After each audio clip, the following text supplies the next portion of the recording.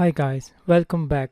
Today we are going to take a look at SPI Communication. This is the second part of SPI Communication, and in the previous part we saw that how we can use the SPI Communication. We saw the basics, and today we are just going to connect the sensor, and I will provide the library code and the main code. For the time saving purposes, today I'm just gonna go through the code, and I have the pre-written code, and I will just go through it to help the beginners understand what it's about and how we are communicating.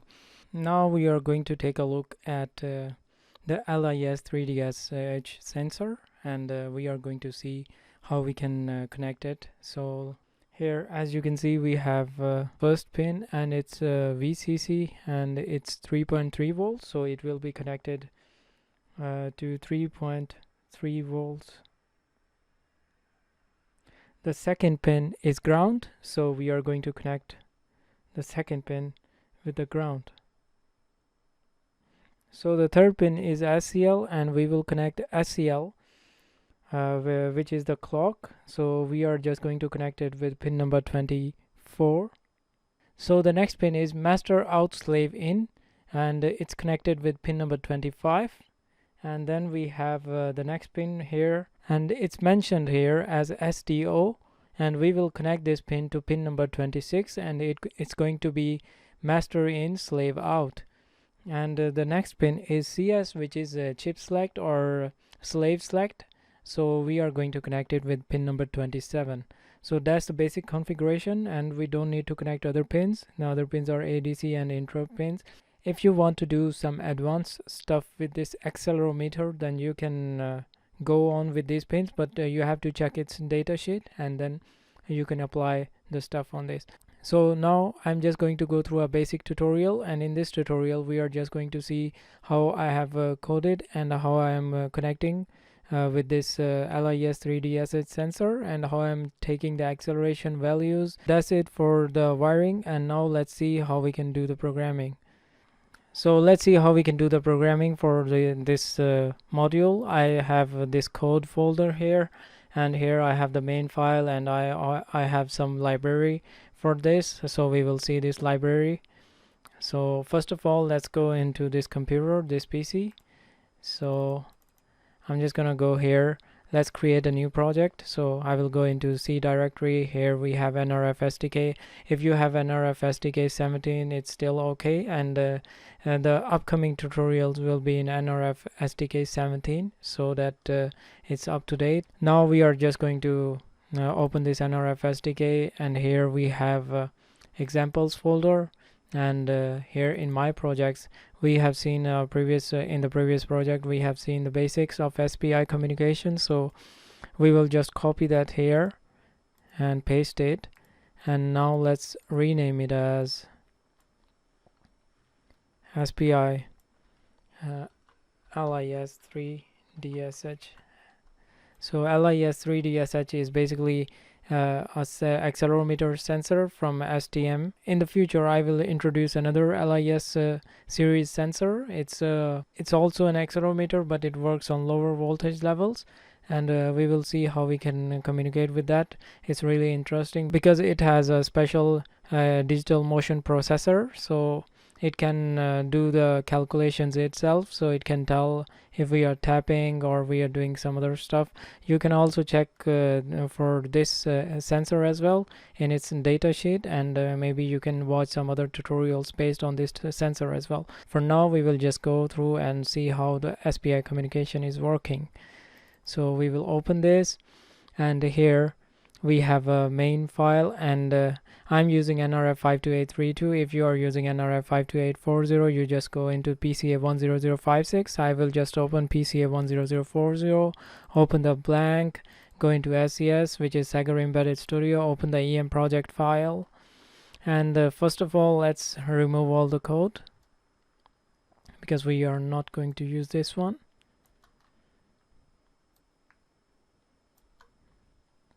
And let's zoom in a little bit so that you can easily see the stuff. We have some main code, and let's copy the libraries first. So I'm just gonna go here in the code, I will copy these libraries, so copy them, and then I'm gonna paste them. Let's go into the main and let's create a folder here. Let's rename it as LIS3DSH. You can even put the files directly here, but I won't recommend that. If we put the library files in special folders, it's going to be easier to manage. So LIS3DS folder, LIS3DSH folder, here I'm just going to paste these files, and now I have to tell the compiler that I have these files here, so I have to add this address. So for that, let's first create a new folder here. This folder is going to reference the original folder, so let's go to the original folder. Let's see, it's in projects here, and it's this one. So we will select this folder, and we will name it similarly, so it's LIS3DSH. So this is the folder, and I'm just gonna click on OK, and if we see here, we can see there are two files in this folder, and these files are added here, but we have to tell the compiler. So for that, right click here and go to options, and for the options we have to go into the common, because we can't change the settings for debug or release, otherwise every time you have to do the settings for debug and release. So we just go into the common, and in the common here, if we go into the preprocessor, here we can see user include directories. So here we have to include this folder, and I'm just gonna go here and I'm gonna add a folder here. Let's see this folder. Oops. Let's go here, copy this, and I'm just gonna paste it here. And one more thing, we have to use the forward slash. I have mentioned it previously in my previous videos as well, so make sure you put the forward slash so that it can easily recognize it, the folder. So I'm just gonna click on OK now, and it's good to go. Now the compiler knows where is the file. I want to check if the compiler knows where are the files. So for that, let's include them here, #include, and I'm just gonna include this. Let's save it, and I'm just gonna build it to see if it's working properly. The compiler knows where is the file, so it's gonna compile it. Yes, it's compiled, so it means the file is there, the compiler can find it, and everything is linked. So now we are ready. So let's see what's in these files. So before we start the main code, so if we go here, it's giving me a warning because I have done some stuff. I just directly used some pin numbers, and I haven't used these, so it's just giving me a simple warning that these are not used. So let's start from the LIS3DSH main header file, and in this header file you can see that we have declared some pins which are the chip select, and of course the clock pin, and the master in slave out and master out slave in pins. And I'm not using these pins, but you can just use directly these constants in your code, but I'm not using that because I just change the pins according to my stuff. So we will see that in the .c file.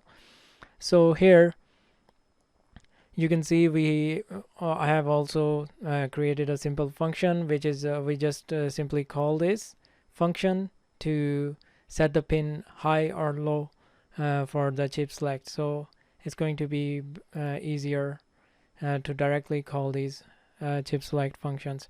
And the next thing is we have some addresses of the registers. These are the internal registers, 8-bit registers of LIS3DSH sensor. You have to check the datasheet to see the register addresses So these are the register addresses for the accelerometer values. So basically in these registers there are two registers, each is 8 bits, which is 1 byte. So the high register and the low register, so they have they are holding these acceleration values, and we will be using these we will be reading these values using the SPI communication. As we have seen, the SPI communication is like a ring buffer communication. So if we transfer 1 byte, we will receive 1 byte as well. But previously I mentioned there were some commands, so we will see them in a while. So before that, here is the default value in the data sheet for the who am I register. So basically, if I'm communicating with the LIS3DSH and I read this value from the who am I register address, which is this address. So if I read this value from this address, it means I am just communicating with LIS3DSH.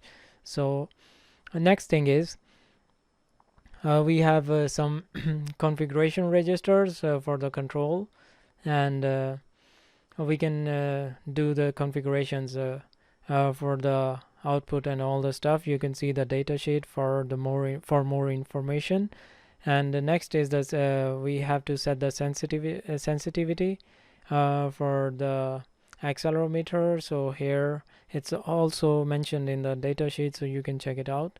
And we are just setting it to 0.06 in the float values, and then we have some other LED threshold values. So the next thing is, here we have some commands. So in the SPI communication, if we are sending some data, we will be sending one command as well.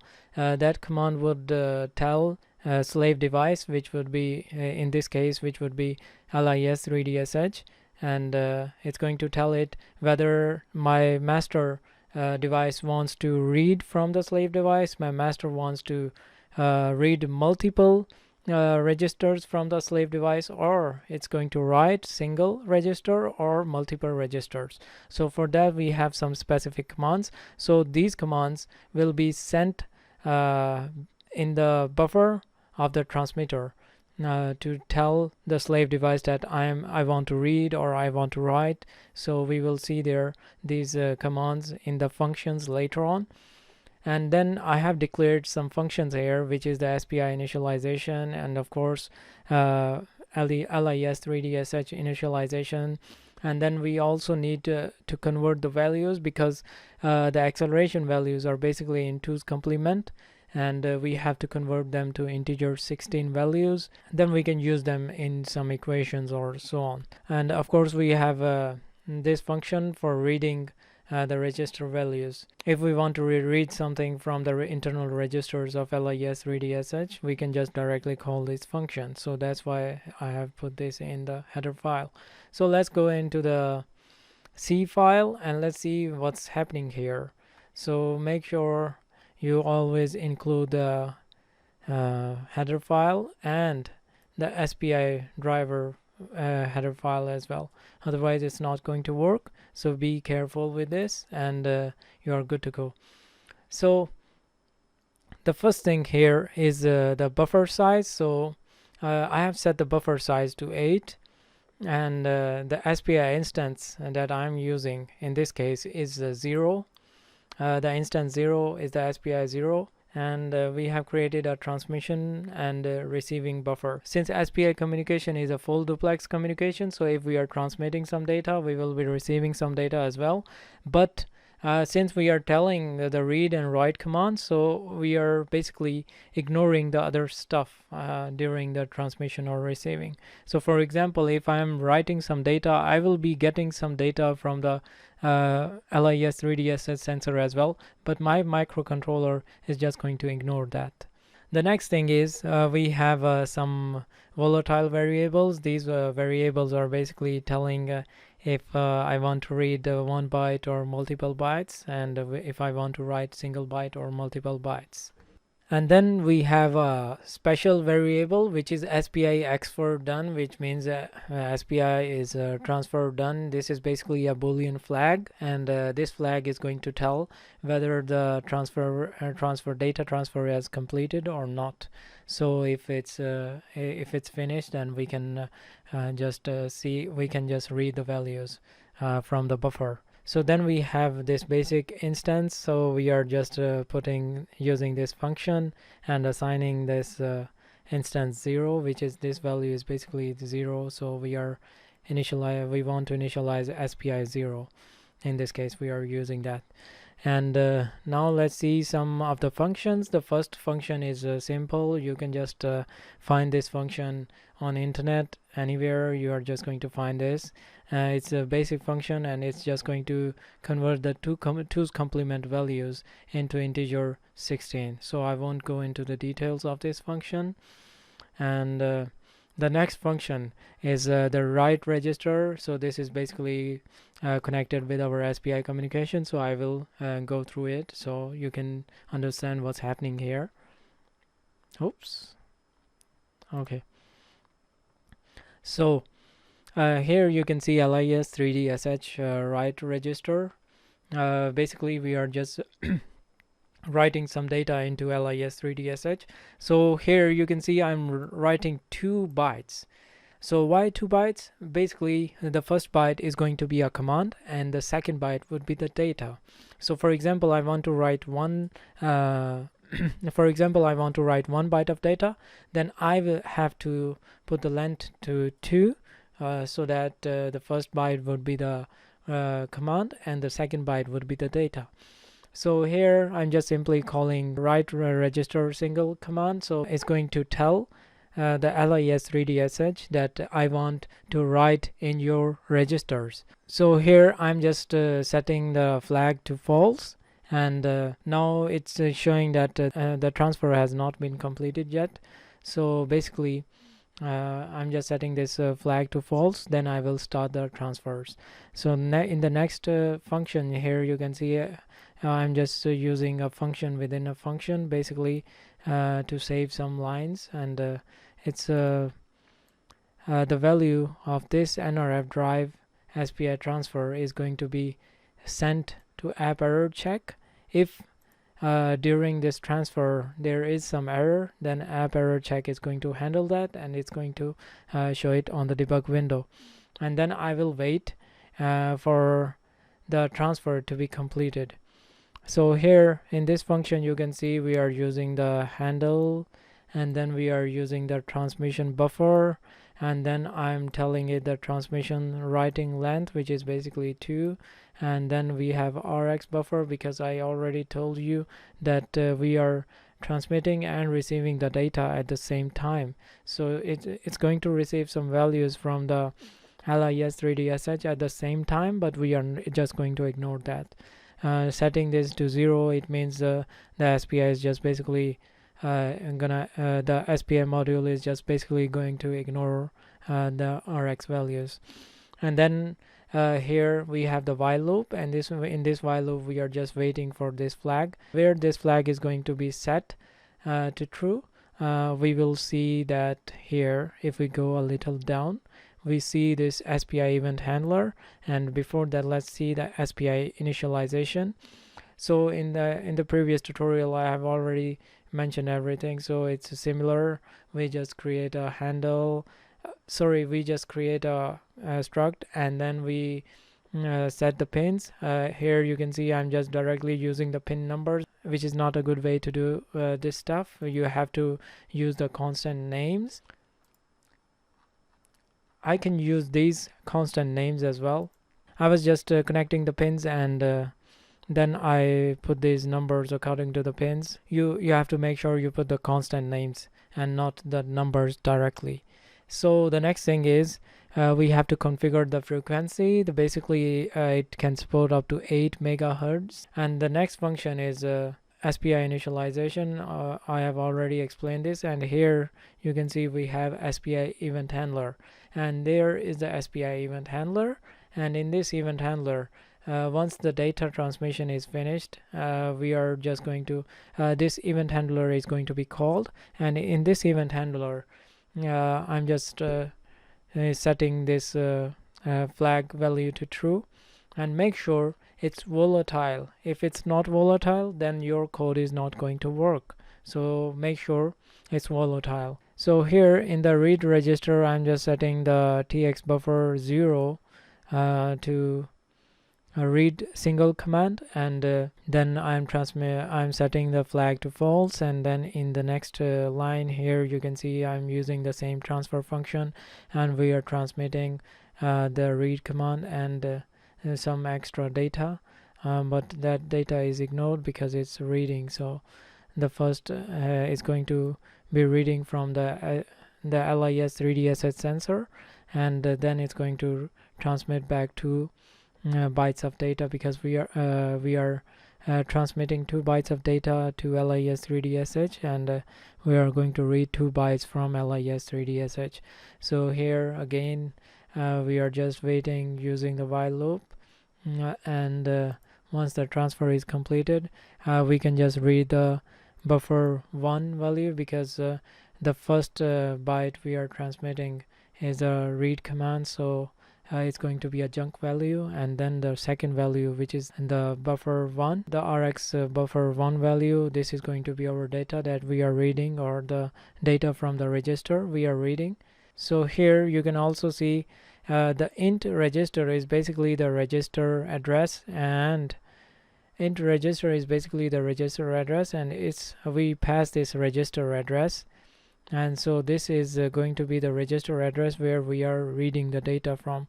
But it's also we also use some function, and we are calculating the address, and we are setting the command to read.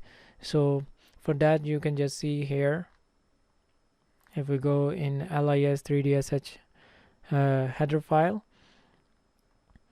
here you can see if we are sending, for example, I want to read from the register 0x2b, so I will set 0x2b and read this, and it's going to use OR with 0x80, and then the final value will be transmitted. So it will be the address and also the command to set the reading from the LIS3DSH.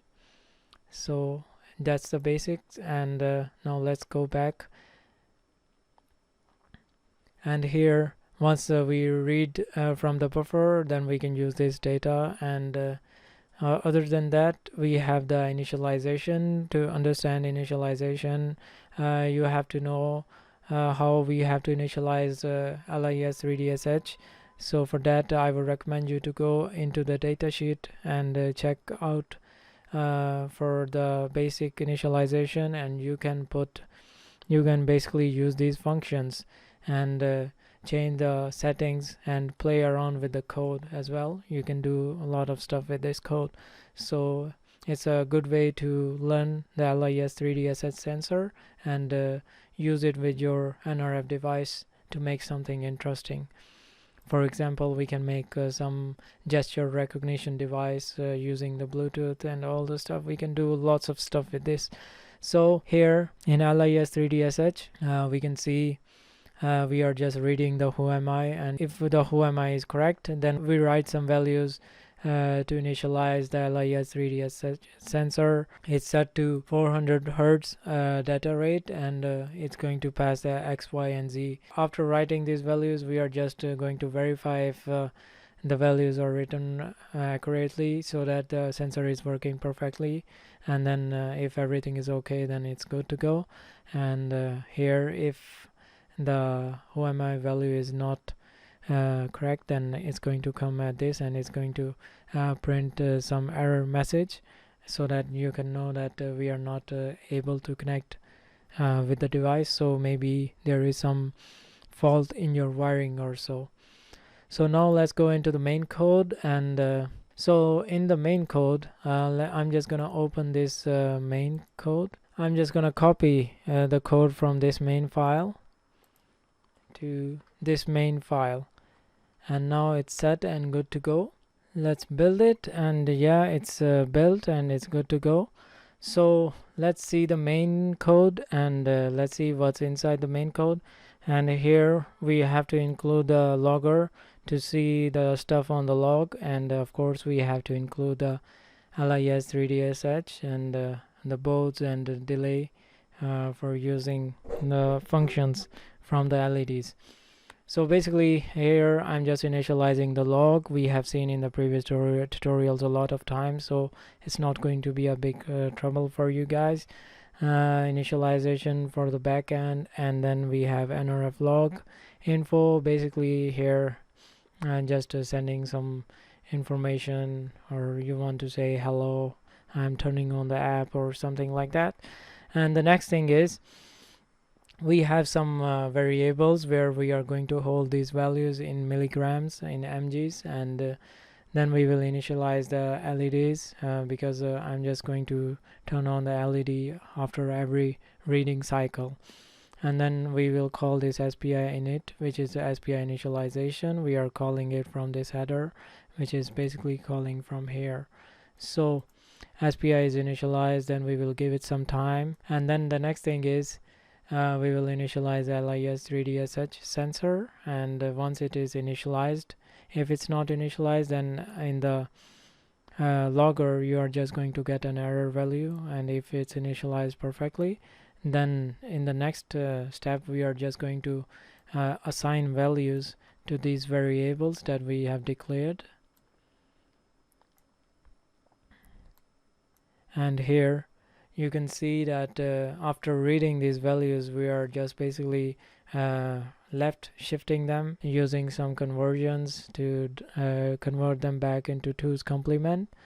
Then after that, once we have got these values in 2's complement, then we will pass it to this function and assign the values into integer 16. Once we assign these values and we get these once we calculate these 2's complement into integer 16 values and we assign them here, we are just going to multiply it with this factor, which is mentioned in datasheet. You can check it out, and it's mentioned here as well, which is a sensitivity for 2G range. And then we will convert for x and y and z values, and after we have converted all the values, we are just going to display them in the log and using a simple nRF log info function, and we will give it some delay, and we will also toggle an LED. So that's the function, and let's build it once more. So now the code is built, and make sure your device is connected. So we are just going to go here in the target, connect, and then we will erase the device, and then we will download it. So once we have downloaded, this LED is blinking, which means it's transmitting data, so it's in the transmission loop.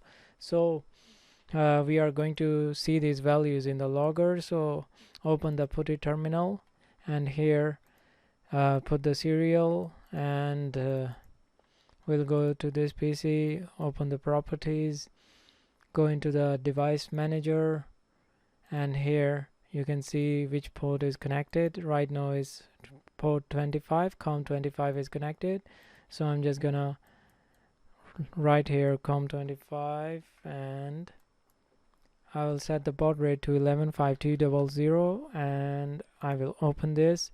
And here you can see we are receiving some acceleration values along the coordinate. If I pick this sensor up and if I rotate it, you can see and these values are updating according to the rotation of the sensor.